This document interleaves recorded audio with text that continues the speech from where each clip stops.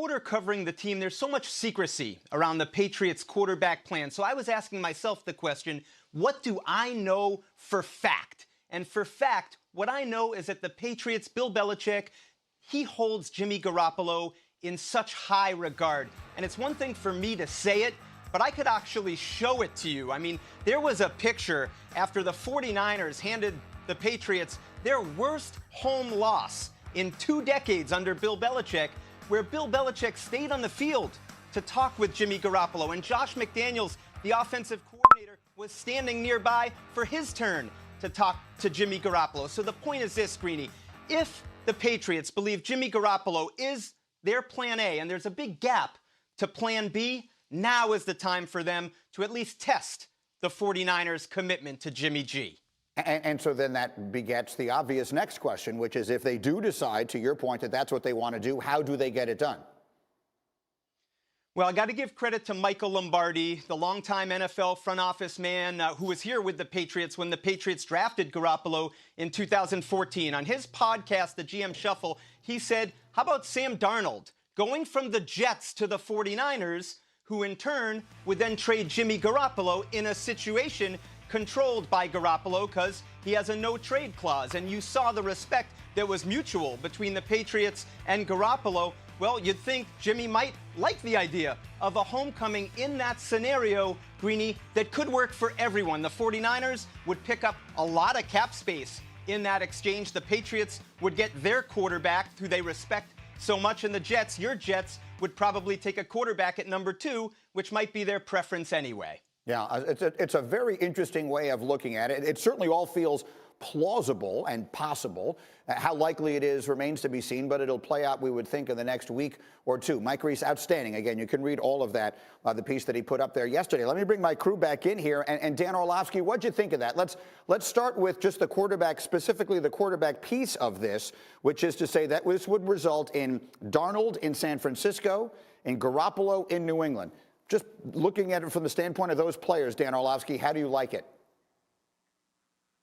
I think San Francisco would be ecstatic if they can get Sam Darnold for a worthy cost, right? I think Kyle Shanahan would absolutely love Sam Darnold, and I think Sam Darnold would thrive in San Francisco, knowing the way that Kyle coaches quarterbacks, develops quarterbacks, and then kind of allows them to play to their highest level. We would see the Sam Darnold that was that 3rd pick overall in the draft play really, really, really well, and it would quiet a lot of the conversation around him.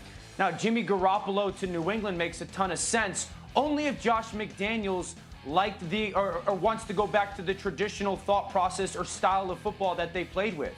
It only makes sense if he did not like his experience last year with the dual threat quarterback of Cam Newton. You know, that's for me, Greeny, that's where this conversation starts. Did Josh McDaniels like the quarterback run and dual threat quarterback? If that's the case, Jimmy's not going back. If he didn't like it, if he didn't feel comfortable, if he feels like it held him back as a coach, yeah, then Jimmy Garoppolo makes a ton of sense to New England. But for me, it would say that San Francisco loves Sam Darnold and wants to upgrade at the talent of the quarterback position. What do you think, Nate?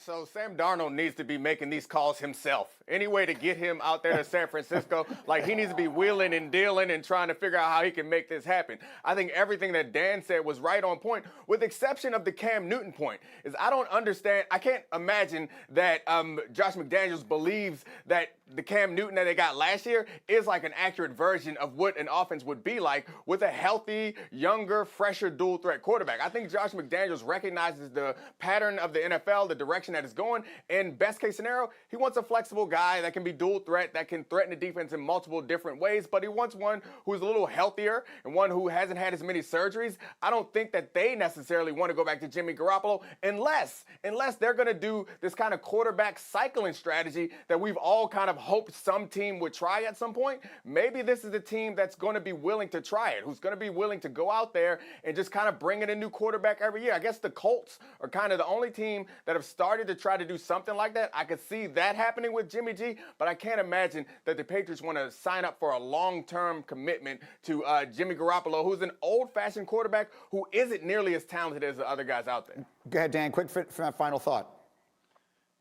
Yeah, I just think, like, Josh McDaniels has a decade worth of empirical data that, our offense was really good at doing it this way. This is the way we built our organization and had a ton of success. And Jimmy Garoppolo fits that style. The ball out of his hands, distributing the football. We use a little